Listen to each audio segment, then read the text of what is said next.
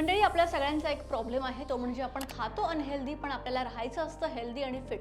काही जण सतत आजारी पडत असतात, पोटातच दुखत असतं, बॉडी पेन होत असतं, डल फील होत असतं, कारण ते स्वतःच्या रुटीनकडे दुर्लक्ष करत असतात आणि आपल्या डाएटकडे लक्ष देत नाहीत. सो असे कोणते फूड आहेत, असे कोणते पदार्थ आहेत जे तुम्ही रोज खाल्ले तर त्याचे तोटे शून्य आहेत, मात्र फायदे अगणित आहेत. सो सगळ्यात आधी भिजवलेले बदाम आणि अक्रोड.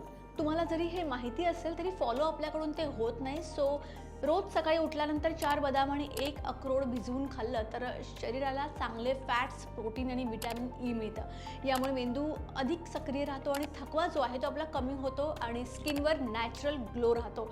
सेकंड म्हणजे डाळी आणि कडधान्य. वरण, उसळ, चणे, हरभरा किंवा राजमा हे सगळे पदार्थ आपल्या रोजच्या जेवणाचा भाग असायला हवेत. यामधून भरपूर प्रोटीन, फायबर आणि आयर्न मिळतं. पोट जास्त वेळ फुल राहतं, मसल्स मजबूत होतात आणि वजन मेंटेन राहायला मदत होते. आता तिसरा पदार्थ म्हणजे भाज्या, विशेषतः हिरव्या भाज्या. पालक, मेथी, कोथिंबीर या भाज्या म्हणजे विटॅमिन्स आणि मिनरल्सचा खजिना आहे. यामुळे रोगप्रतिकारक शक्ती वाढते, पचन सुधारतं आणि शरीर आतून स्ट्रॉंग होतं. चौथा म्हणजे दही किंवा ताक. पोटाचं आरोग्य चांगलं असेल तर संपूर्ण शरीर चांगलं राहतं. रोज 1 वाटी दही किंवा 1 ग्लास ताक घेतलं तर पचन संस्था जी आहे ती मजबूत होते.